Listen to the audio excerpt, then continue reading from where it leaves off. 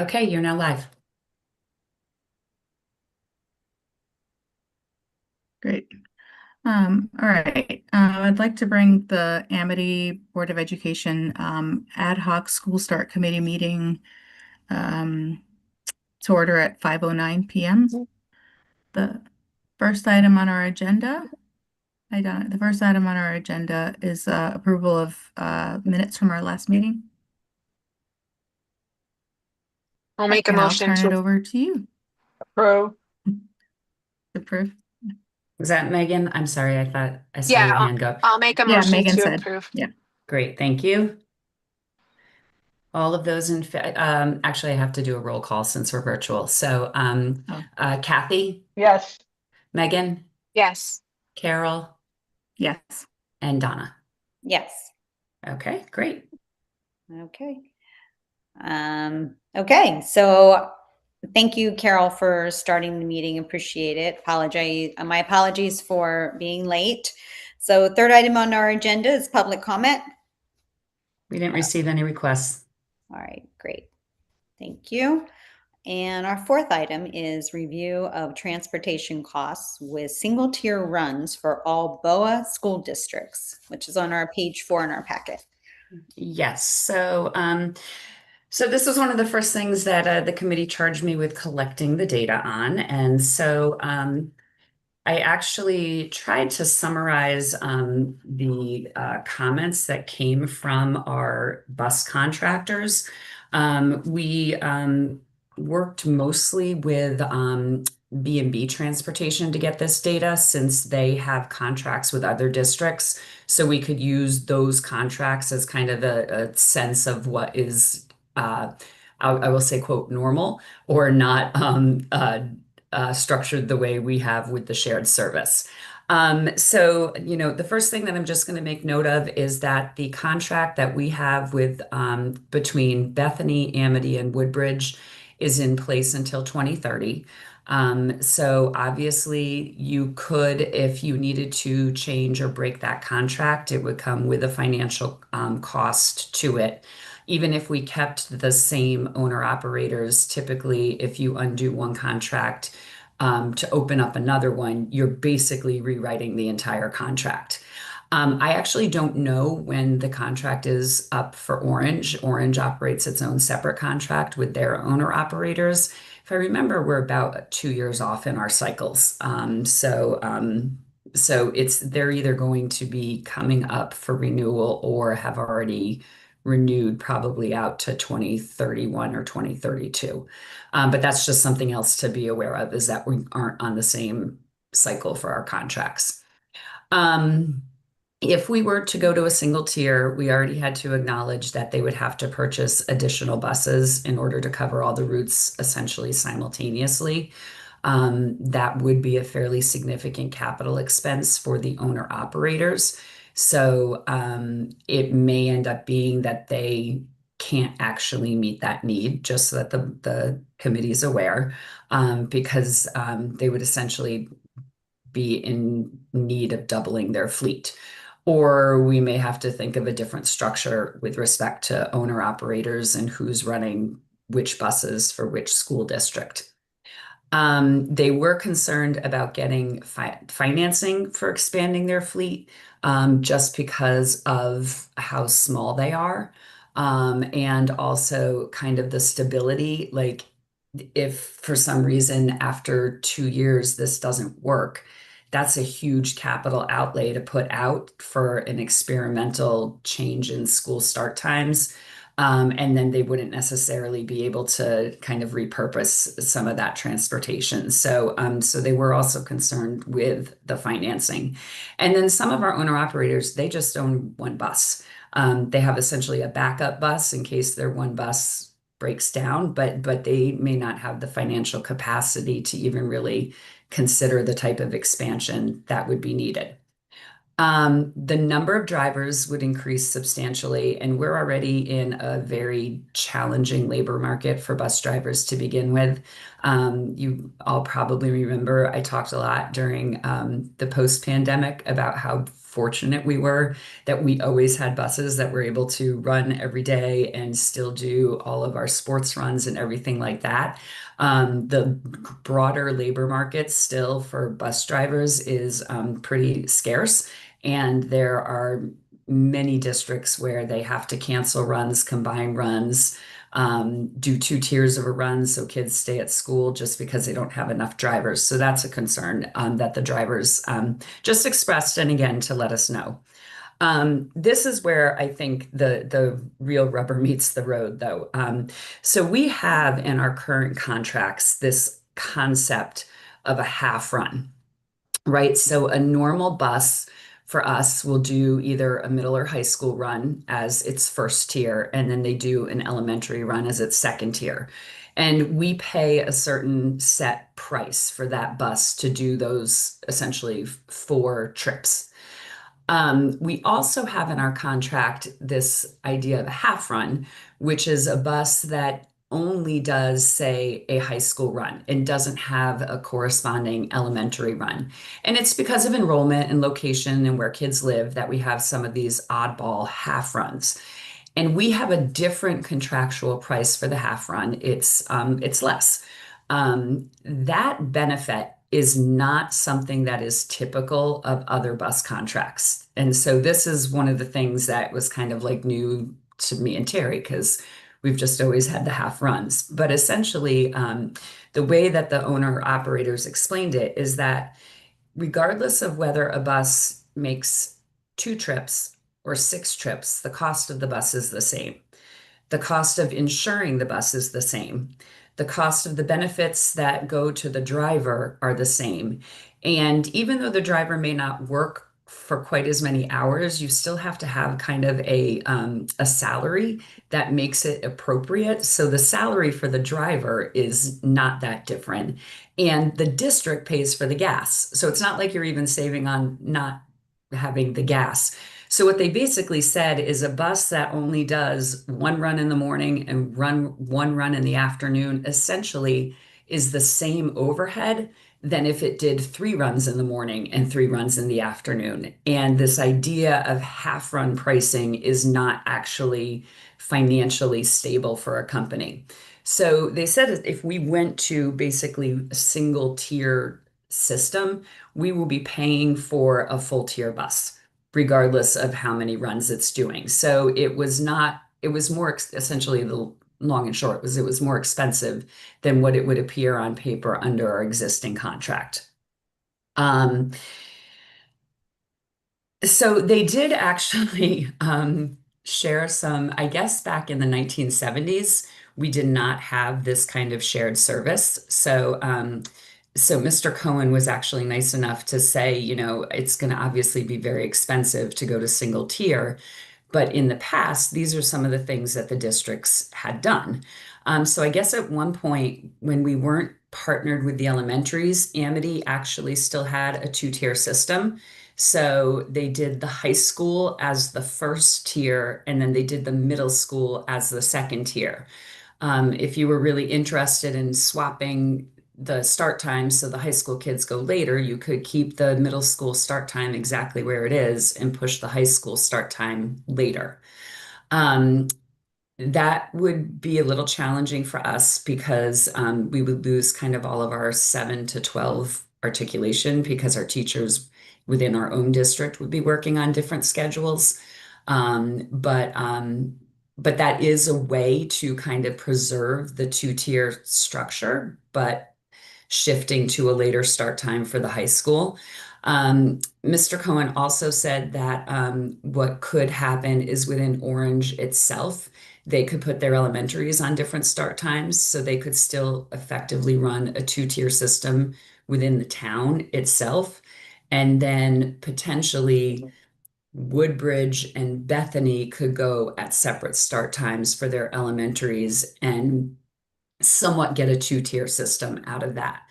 So it's not like we have to completely, we could shift where the two-tier systems are, but it would require a different set of coordination and honestly for us a different sort of expectation around the start times that we were looking at. But Mr. Cohen offered that up because he said at one point that is how it was structured.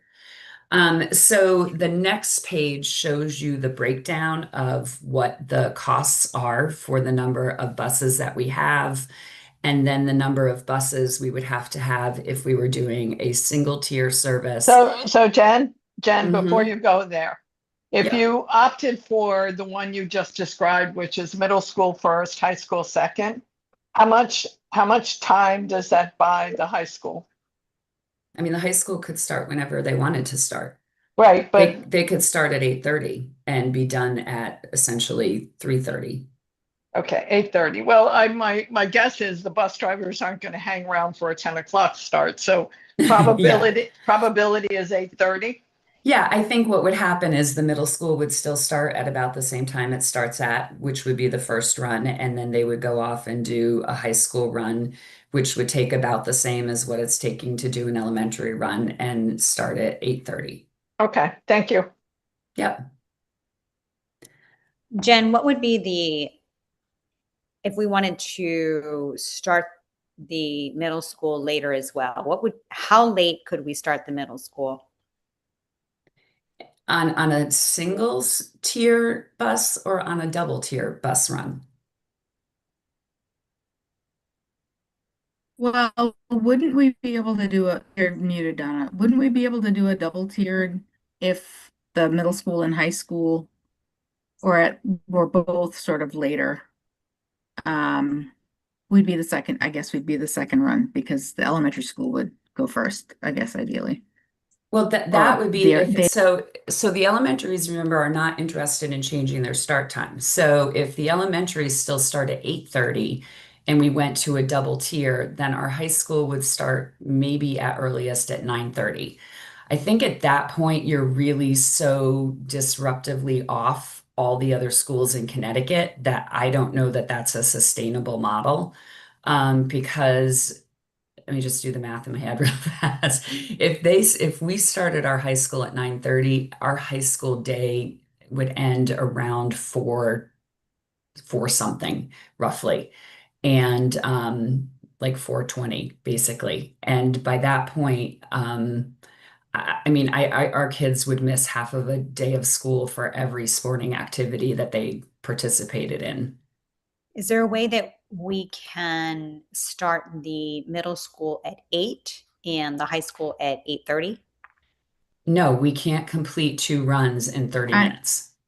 I think we should keep the middle school and high school at the same extended start time. I mean, if we're doing this based on evidence of sleep, like it starts in like early adolescence. So I would say middle and high school start at the same time. That keeps the consistency across and the letter days. Um, but I guess what you're saying, Jen, is that would require the operators to expand their fleet because if the elementary schools are also starting at 8:30, then yeah, Then you're okay. essentially running twice as many bus runs all at the same time. So that's what the next page is a summary of. It's essentially a cost of about $4.1 million annually to switch from the single tier system to the double tier system. And that's across all 4 districts. So the cost to Amity, if I'm reading this right, is 2 million. Yes, it's 1.9. Then, And then the elementary districts would also have to subsequently increase their runs and their budgets. but I mean, and I think to me the bigger limiting factor is the financing, access to financing to expand their fleet, and then the labor constraint. Because like we Absolutely. we as a district could make the decision that, I mean, my guess is that for us to be able to do this and them to get financing, we'd probably have to make some type of financial guarantees in order for them to get financing. Um, and then like if we just like it's, I'm just seeing the potential costs here being really Right. extreme. Right. If it doesn't work, there'll be a penalty to get out of that Correct. contract. And then we're gonna own buses. Yeah. Like, Right. So Jen, so we use owner operator Mhm. What about larger bus companies? I mean, What's you that could look like? certainly, I believe, and again, this is one that I think you really need to probably go back to your communities to find out about. You could certainly, well, first of all, we could break our contract with the bus company, the Amity's, but it would require Bethany and Woodbridge breaking the contract too, because we all sign the same contract. It's a joint contract. If we broke that, then you could go out to bid to a larger company like a DATCO, a First Student, a Student Transport Authority, any one of the large bus companies.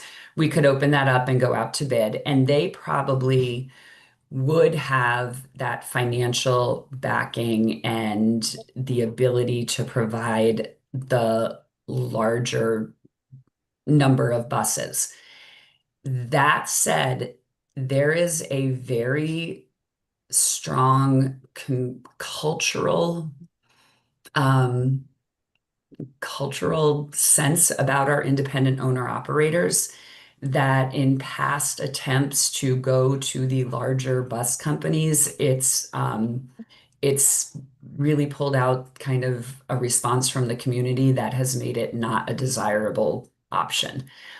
Basically, the owner operators own their businesses in the community, they work in the community.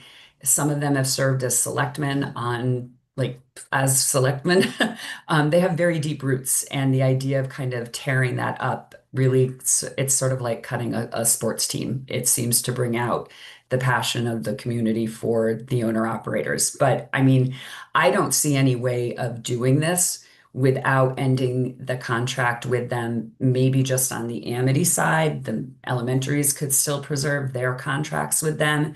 And I think we would have to look at going out to a larger company, mostly because we have the most number of buses. We're And sort of the to be fair, these larger bus companies, I mean, at the start of the last couple of school years, you see all sorts of articles about them not having enough bus drivers. So I don't know that you necessarily escape that issue by going to a no. larger company either. And that's what I've said before is that the benefits that we saw post-COVID came from our small owner operators. Nobody else had experiences like us. So, We just never had the challenges. Um, so anyway, I mean, so you asked for what the cost analysis is. There it is. Um, it's and that would be assuming we still have the rates that we pulled from our contract. We are on the low end of what bus contract rates are. So I would assume if we went to, say, a DATCO or an STA, it's probably going to be a higher price per run anyway, just because in the last negotiations, we sort of got a sense of we're sort of down at the lower end. and I would So, imagine if we upset a lot of our local owner operators and we're trying to like broke a contract and then we're having them bid on some new structure, we might not get such favorable terms either. Correct, possibly. I don't know. I think they would be happy with whoever kept their contracts with them, but yeah. Is there so an opportunity? Go ahead, Carol. I was just going to say, I just want to make sure I'm reading this correctly. So we currently have 22 buses that provide shared service. So that's like they do a run for us, do a run for the elementary school as well. Yes, we And pay then for, it yeah, we looks like the pay for majority, 22. we pay for 22. And it looks like Yes. the majority of the buses are like single tier, meaning they just provide service for our students, the No, no, no, Amity no. students. No, our students ride the 22 Amity buses, the 4.5 Bethany buses, the Uh-huh. 8 Woodbridge buses, and the 13 Orange buses. All of those buses carry Amity students. But we Uh, pay for If 22 and we pay Orange for pays for 13. 13, Okay. yes, that's the shared service piece. If we undid that, our 22 shared services become 44 plus the other 4 half runs that we need. So we would need 48 single tier runs in order to essentially cover what is being covered through the other shared services. And that would be 48 in addition to the 48 No, that would be in Amity single place tier of, in service? lieu of essentially we take our 22 and it would become 48 runs. The 22 that Total. we pay Okay. for would become the 48. Okay, so what's this 48 that's here That's the on, number of runs we would need if we unshared the service. That's what it would cost for us to do single got it. tier. Okay, Yep. thank you. Okay. And right now we pay for 22, Yes. so it would be from, well, 22 plus the others that the other districts pay for plus, That we use. okay, And so Yep. okay. just to be clear, in order to have both schools, both schools, the middle school and the high school start at the same time, we would have to go to a single tier. Yes. Okay, so, and right now, the owner operators don't have the ability to meet even a partial single tier with our current contracts and then look for another bus company to take on those additional, what, 26? So, well, because our contracts are written so that we are sharing the services. Right. So unsharing the services would necessitate a new contract. No matter who provided it. If we unshared the services, it would be a new contract. Right. So, for example, just throwing this out there, just make sure we're understanding this correctly, is that if elementary schools kept their current times at 8:30 and they became the first run instead of Amity, and we flipped and we started Amity at, and now I don't know if this is too close, at 9, not even No, thinking about what this would do to the sports or anything, yeah. just asking. So I can answer your question maybe for the last item of the meeting. Okay. Okay. Okay, so you want me to hold my question? Is that what you're asking? Yeah. Let's hold start time, like specific start times for a little Okay. bit. But what I Okay. can say right now is that if the elementary schools still start at 8:30 and we want to start, actually, I'll put it this way. As of right now, the buses need about an hour to flip a run. Okay. And that kind of checks when you all think back to what we looked at the last time, the start time for most of our runs, and when we know school is starting and when they're getting to our school, most of those runs are like in that sort of 50-minute range, right? They started kind of around that 6:30, 6:40 time and are getting to school in time for 7:34.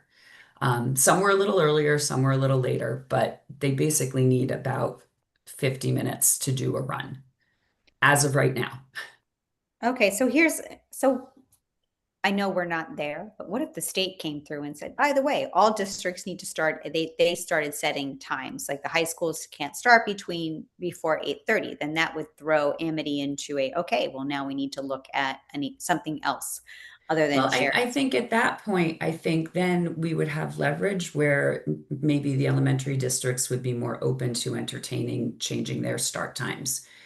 Mostly because if the state made a law and said you can't start before 8:30, and now we can no longer share the busing services, then that financial incentive could potentially change the minds of the elementary districts. But at this point, the elementary districts have no incentive for changing when they start, which is why we're sort of exploring what are these other options if they are not going to change their start time. Right, except for, Are we not certain that, so if we did decide to go, I'm sorry, Carol, you broke up a little bit, so I kind of lost your question. oh, hold on. I think my internet's bad. I was saying, if we decided to move forward with 8:30, how do we know that the owner operators wouldn't like decide to just do the single tier and like do all runs with the high school, with the Amity district? I guess they'd have to break their contract with the elementary districts then. Yeah. Okay, yeah. So Jen, when you're doing the elementary, you're also including the kindergarten, right? I don't really, because Kathy, the Kindergarten, yes. kindergarten runs on the same, they run with the elementary schools and then they have a Yeah, shuttle from Okay, yeah. each school. okay, okay, thank you. So Carol, am I understanding your question is that what if Amity took the owner operator buses? Is that what your question was? Yeah, like how do we, so say we decide to move forward and we break the contracts, like they might say, we just want to do, because I mean, so if I'm running a business, right, and I have the opportunity to like get the same uh income or revenue, right? And things are simpler, I'm gonna go that route. So I mean, I guess how do we know that like we're not gonna still, well, let me just say that I'm not in support of like not continuing to provide business to our people who live in our local communities, right? Like, we do, it might be the case that we might need to talk to other bus companies to supplement if they decide that, no, we're gonna like do this, split our buses to do some runs for the elementary districts, but they might decide that they'll do this, and it might be the elementary districts that end up having to find like new A buses. new company. Yeah. And Yeah. I think, But and I'd I also guess be I concerned about, I mean, I think if we double the cost of transportation with the, like, if we as Amity make the decision that is going to double the cost of transportation across all of our districts, like essentially unilaterally, I think you're going to make a lot of taxpayers very, very angry. Oh, yeah. I mean, Megan, that's a good point. However, like it doesn't have to double, right? And you know, each district needs to do what's best for them and like the kids that they're educating. But it doesn't, there's an option. We don't have to double the cost of transportation. So you're I'm going to sure if tell we the did a survey, elementary school, you're going to tell the elementary schools, we want you to start at 7:30 so that we can start at 8:30. Otherwise, we're going to double your transportation costs. nope, that's not what I'm saying. I'm saying there's an option. It does not have to, they've made a decision that this is not the right time, and that's perfectly fine. But what I'm saying is this is not like a all or nothing. There is an option there that we've explored and that, you know, they've declined. I mean, not for Carol, anything. Carol, I just thought we were really approaching this, and our intent coming into this was to try to do this in a way that was as collaborative with the elementary districts as possible. And I understand they've said no, but and Megan, you probably weren't there when the committee was formed, so you probably don't have that. But my recollection from the board was if we do this, it was with in a cooperative, collegial manner with the elementary boards of ed. And I do worry that if, and Carol, you may be right because honestly, high school and middle school kids are way better behaved on a bus than elementary kids. And if I was a bus driver and an owner operator, I just would want to drive high school kids for nothing else Yep, than they don't it's give me a easier. headache. But that being said, to even think of sort of poaching the owner operator contracts to Amity and then saying to the elementary districts, well, you guys are on your own. You got to go find a new DACO or STA. I don't even No, know if Jen, not that, poaching. No, no, no. No, I was just saying, how are we sure that like we don't know which way they're gonna listen? The owner operators are gonna do what's best for them. If we you are decide to move absolutely forward, right on they that. will make the decision that is in their best interest. And I was just saying, if I were in their shoes, that's the option I would take. Right? Like as I'm thinking with a more business minded. So I don't, it's not about poaching. I'm just like, we're talking as if it's a guarantee that we're going to have to be the ones to go find new buses. And we actually don't know that. You know, No, you are absolutely they right. have, I so mean, that's all I was trying to say.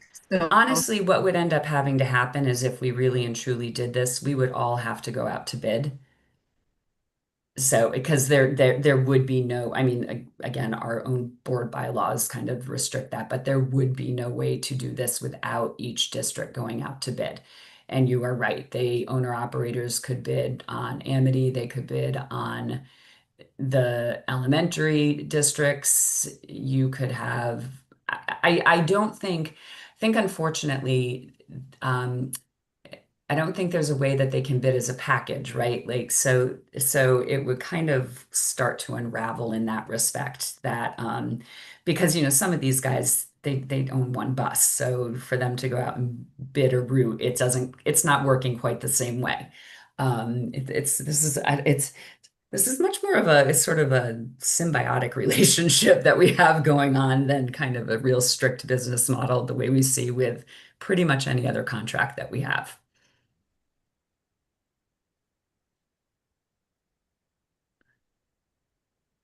I don't know how to, I mean, all the points that are being raised are accurate and fair.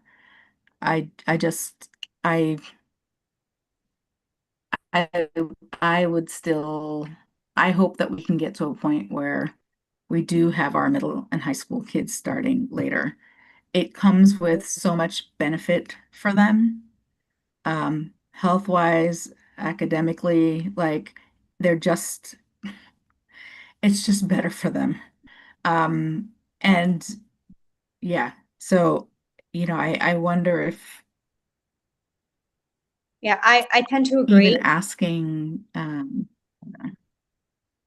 No, I agree that our kids starting at 8:30 would be ideal. And I hear the concerns. And to Carol's point, they're all legitimate. Is there a way that you can explore what it would look like without actually breaking a contract at this point? So if we were to come to the board and say, okay, so if we wanted to do a single tier, we wanted to start our schools at 8:30, what that would look like, bringing this to our board is that because the elementary schools don't want to change their start times, then Amity would need to look at breaking a contract and going out to bid with the owner operators and with the larger bus companies. Because I don't know if there's a way that we're going to get hard numbers unless we go out to bid. Or do you have an idea of what that would look like, Jen, that we No, could, I think that's what I've presented to you. That is what we Right. think that it would cost that's what it would cost. based Okay, again to make on sure. our contract, which I think is a very favorable contract. Okay, So I think it's, if anything, it's a low estimate. And we also have to understand, I mean, the other thing we could do is we could wait till 2030, let this all play out, the contract expires, and make the decision at that point, because now you're no longer breaking a contract. It would work fine for Bethany, Woodbridge, and Amity, and we would each go out to bid for our own buses independently and our own contracts, and we wouldn't share the service anymore. The only one that would be a little squirrely, but we could probably figure that one out because it's so much smaller, is the contract with Orange, because they have the separate contract and we would no longer need those services. Jen, can you Um, explain how, like, you keep talking about how Orange has a separate contract, but we share runs with them. So yeah. how is that working? Um, I can try to, so Or is it just different timing than the BAW one? it's different time. So what happened is we tried for all four school districts to negotiate at the same time. Um, the Orange Board of Ed declined to do that because there was a perception amongst the owner operators that once the four of us joined together, we would then go out to bid and try to get the lowest possible value with a large company like DATCO and essentially close the owner operators out of the process. So the Orange Board of Ed elected not to go with us. And so that way we could maintain the independence of the owner operator system. I don't think that was ever the intention of Bethany, Amity, and Woodbridge. We just thought, we're sharing our buses. Can we please have the same contract, have the same expectations for insurance, how old the buses are, for what the costs of things are. So ours was more to have some kind of alignment. But I Right. know politically why Orange opted not to do that.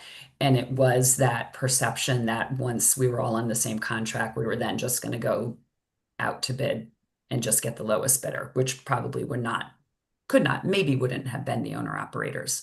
So that's kind of that's, I told you, this is going to be a very sticky decision when we make it, because those are the types of sort of things that are in the background of all of this, process. Um, so that's why we're different. But then the agreement, the actual contract that we write spells out that, they're going to provide this many runs for the Amity district and this many runs for the Orange district. Thank you. Yep.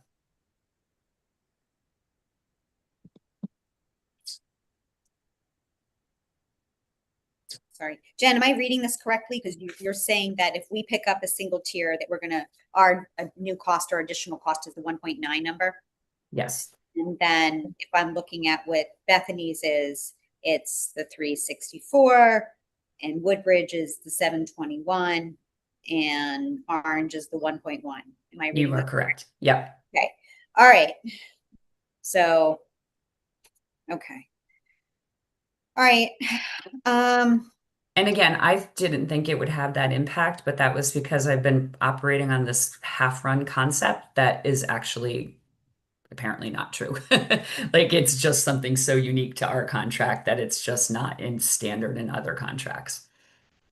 Right. So all the points are valid. I mean, your point is that we could just wait till 2030 and then let it run out. I'm not sure how anyone else feels about waiting 3 years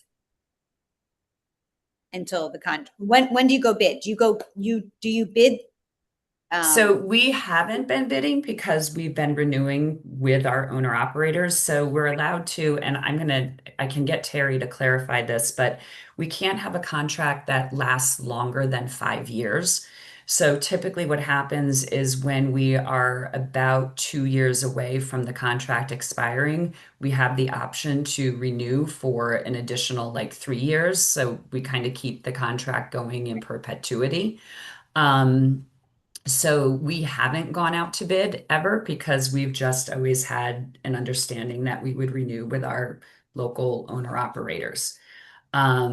So it would be an entirely new process. We would probably, I think, we'll go out to bid roughly about a year, I think, before we would need to use the service, because by the time we go through the bid process and the award and everything like that, it would be, we want to have enough time to make sure that that company is prepared and ready to roll buses for us on the first day of school, Right. So whoever that company may be.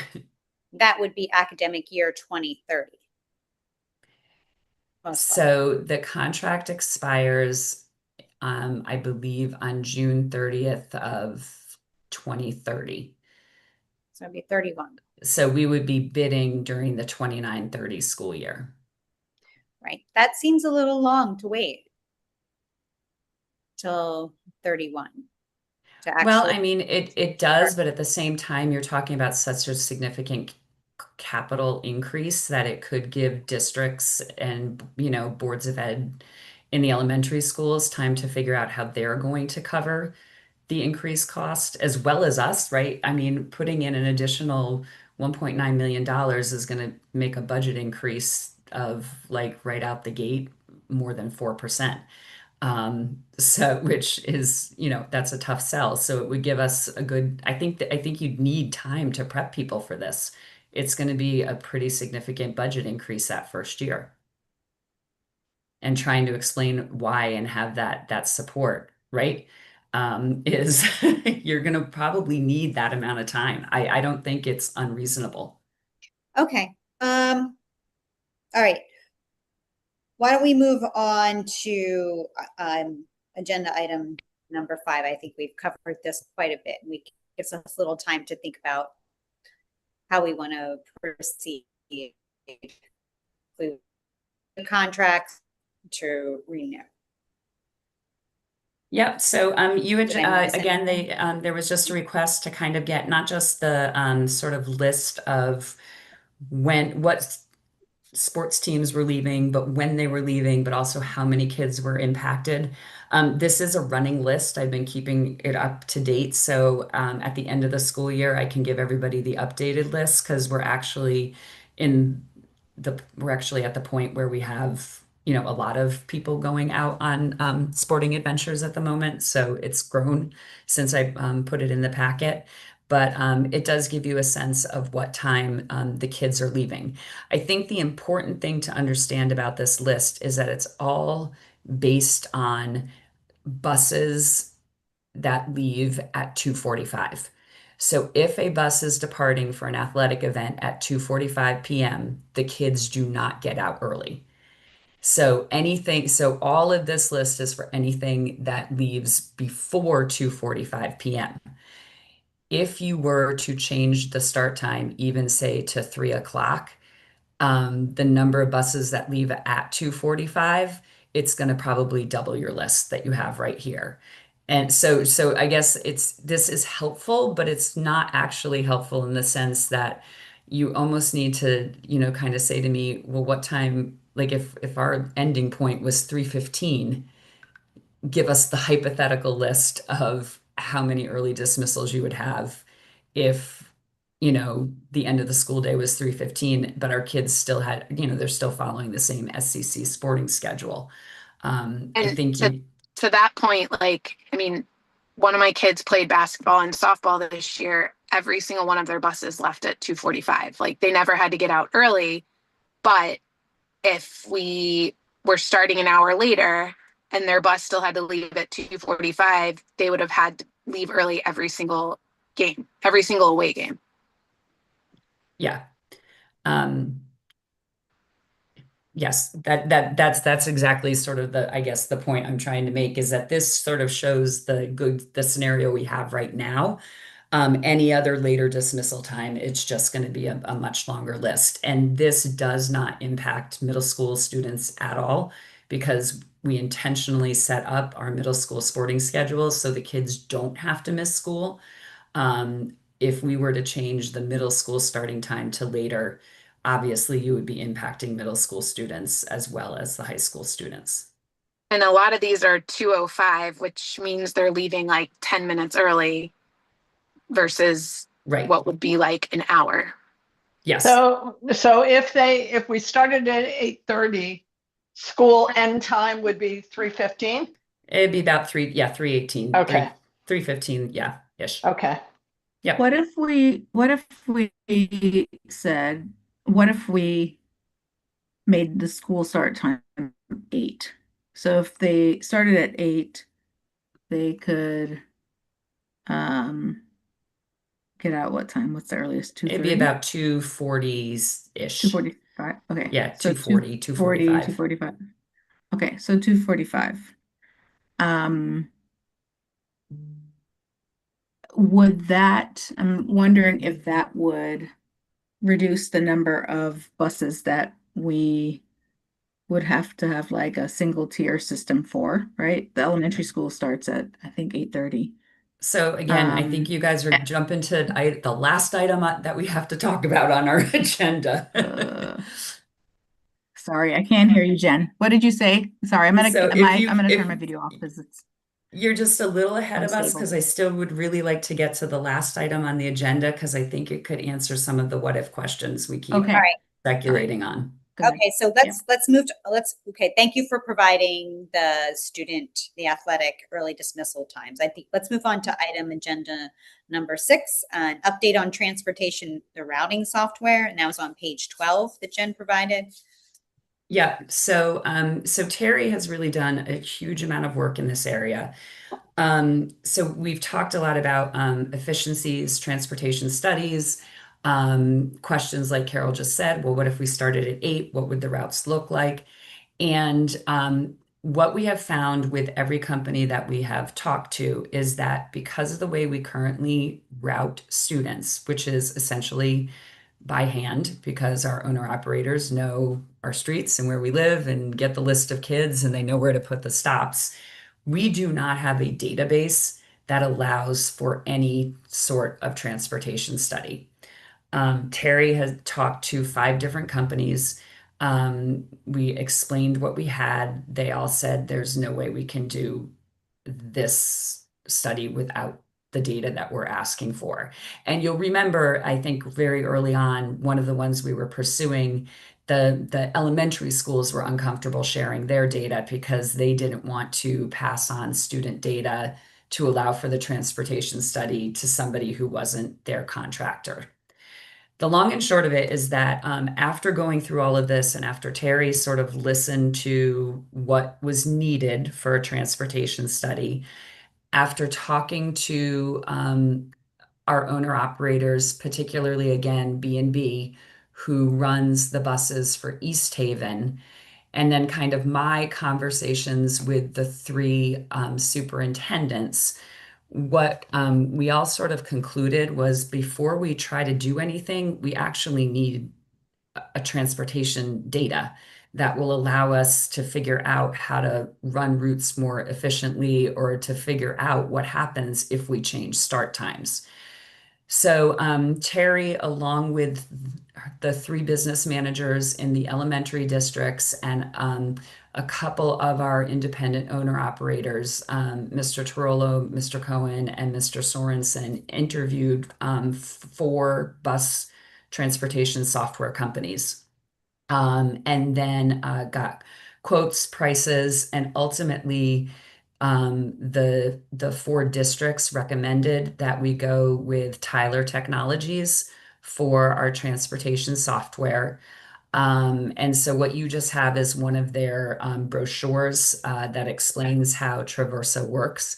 But we would propose that Amity Board of Ed would cover the initial cost of implementing the software. It's about $24,000. We've already set it aside from this year's budget.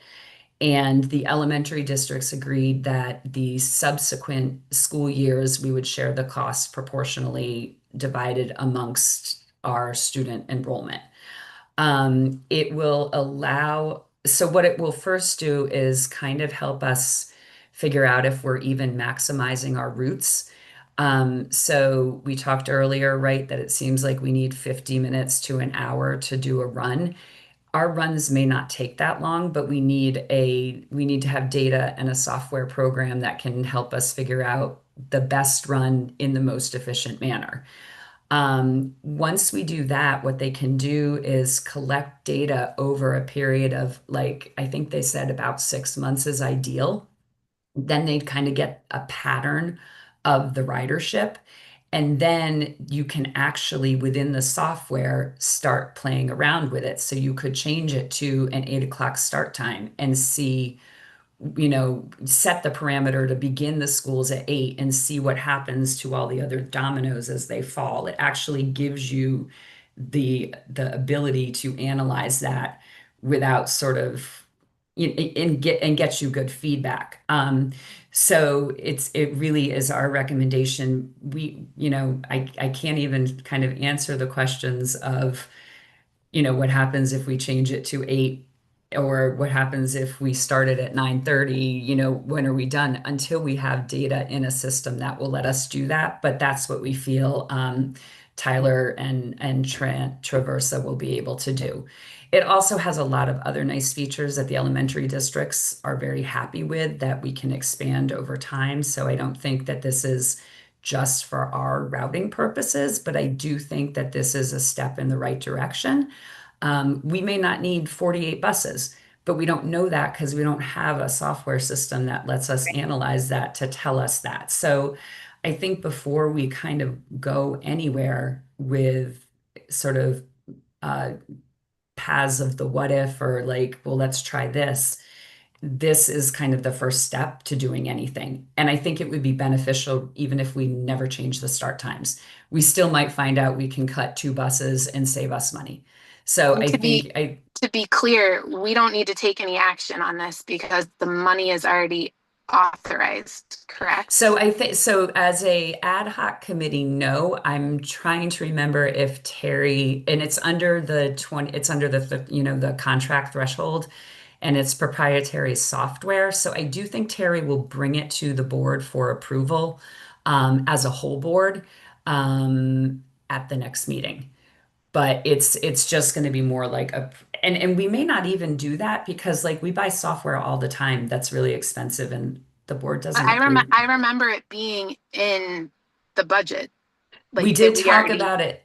Yes, we did put it in the budget deliberately, hoping, that we would be able to go this way. So yeah, there's really nothing that needs to be done other than us sort of updating and saying we'd like to go forward. We feel very confident with this product after reviewing all the ones that we had, and our elementary districts are good with it too. And it is the same, I'm trying to remember, I believe it is the same software that is being used by East Haven. So it's nice because it means that Mr. Cohen and the staff at B&B are already familiar with it. And we'll be able to help Mr. Sorensen and Mr. Tirolo as we start to use it with the other bus companies. So Jen, I just want to make sure I'm understanding this correctly. So we are going to do this transportation study with Tyler, this company, and but we're not sharing student data with them. I know the elementary No, we are. It's not districts. a transportation Oh, okay. study. We are purchasing transportation routing software, and we will put in all of our data. And the elementary districts are agreeing to use this software too, and we'll put in Got all it. of their data. Okay. Once the data is loaded, the software can actually conduct the transportation studies. Okay. So you can So, like, okay, right, we can, alter the like, we're start going to times and set. what it means for, Yep, exactly. So we're going to set all of our parameters for what they are normally, and it'll come up and see if we have more efficient routes. So, like I said, if we went to single tier, maybe we all don't need these buses because there's a better way to run the buses so that you need fewer of them on the road.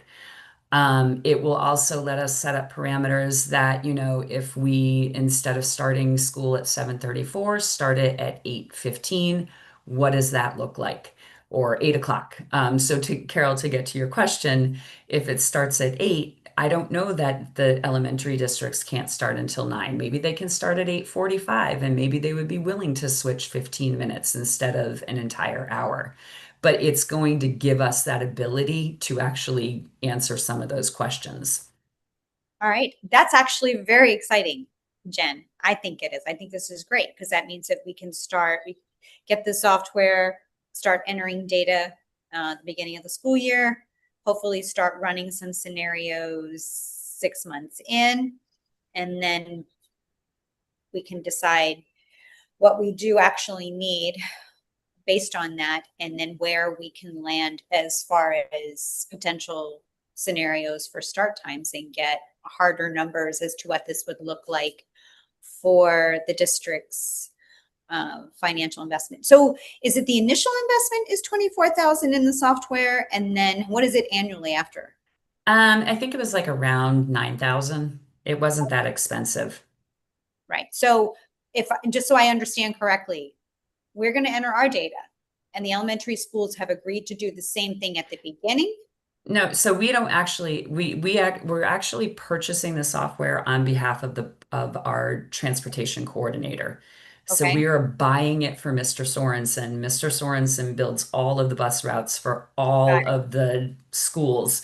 So he'll make sure the data is in there and he will run it and operate it, and yes, the elementary districts, they would like to use this because it has features like GPS tracking. It has features like you can do instant routing. So there's a lot of good things that come with this product that over time I think they would be interested in adding. So they are not opposed to being part of this through our owner operators. that's what I was going to ask you. I was like, all the data needs to be together to Yeah, do this. So yeah. it's going So to be yeah, together so because Mr. Sorensen is going to right. put it all together. You got it. So yeah, we're really doing it on behalf of him. But again, that's how my understanding is East Haven has it structured with B&B. They pay for the software that B&B uses. And that's essentially what we're doing. Okay. So there's no issues with data and privacy and who owns what because they already work We already have a We contract. already have their data. You got it. Yep. Just wanted to be clear. So, okay. So it seems like then, say, 6 months into next year, once this is in place, we'll have more concrete information to make a decision on. Yeah, Right. we'll at least be able to sort of put up scenarios to see what, I mean, I'm just excited. I'd love to know if we are running, if we can even Right. just have fewer buses. I don't know that we run the most efficient, and we can structure things like, if we are comfortable with making kids walk a half a mile, you can set that up and say everybody has a half-mile walk to get to a bus stop, or, you never go down cul-de-sacs, or, like it gives you parameters that you can adjust and sort of play with, so that way you can, come up with more efficient routes. Right. We can find more efficient routes. We may find that our kids don't need to get up an hour before they need to be at school to be meeting the bus. There's a lot of potential here. I completely agree. So, are we ready to move on to agenda item number 7 to develop our next steps, outlines to set goals and objectives, or does anyone else have anything they want to cover? Okay, silence is great. Okay. Okay. Moving on. All right. So, other than it doesn't sound like there needs to be an authorization or approval or anything for the software, unless you find something different. You and Terry find something different, Jen. And I believe that our goals and objectives would be to utilize the software. So purchase software, get the software to Mr. Sorensen in time for him to load it, learn it, enter the data come the new year. And you need at least a minimum of 6 months, right? That was my understanding, but I'll probably know more once we actually start working with Traversa. Okay. And to be clear, there's no obstacles for, like, all of the districts have already agreed to this. It's going into place. It's being Yeah. implemented, and we'll start having data in the new year, the new school year. Yes. Okay. Yes. Okay. And I feel like that's our only next step. Right. That would be the Yeah. next step, is to start this. I mean, our goals is to try to, find efficiencies at the very least, to look and see what the start times are without going to a single tier and incurring additional costs or breaking any contracts, ideally. And it does sound very collaborative if all 4 districts are agreeing to work with this. So I think that is our next step. And sounds like, Jen, we might have a break in our meetings until we get the software. Yeah, I think it would be probably good for the to do a summary for the board just at the next meeting, so that they at least know we didn't just spin wheels forever and come to no no conclusion, but that's kind of where we are in terms. I think just sharing that out and letting it just kind of just catch everybody up, and then we'll start checking back in once we start having some data we can use. Right. Actually, I think we made quite a bit of progress, quite honestly. Although, I mean, what we know is that, the elementary schools at this point in time are not interested in adjusting their times. We still feel it's very valuable to adjust our times. Purchasing Traversa for our owner operator, we're getting data. We are moving forward to pull everything in, and then we can run scenarios. It's an investment of 24,000, which was already in the budget. And once we start working with Traversa, we will know if they need 3 months, 4 months, 6 months of data to try to find efficiencies and optimize our runs. And we can get harder numbers as to what this truly would cost the district and all districts. Or even what flexibility there is. And that might open the door a little more for the elementary school districts too. Yep. And we share that with them, and we continue to work collaboratively with the hope of meeting the needs of our students and what is best for them.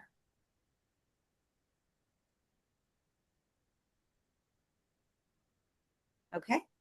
So are you going to put together a summary, or do you want to work with me to put together a summary, or how would you like to do that? I'll kind of sort of pop some bullet points out and see kind of where we get to, and I'll share it with you. Okay, great.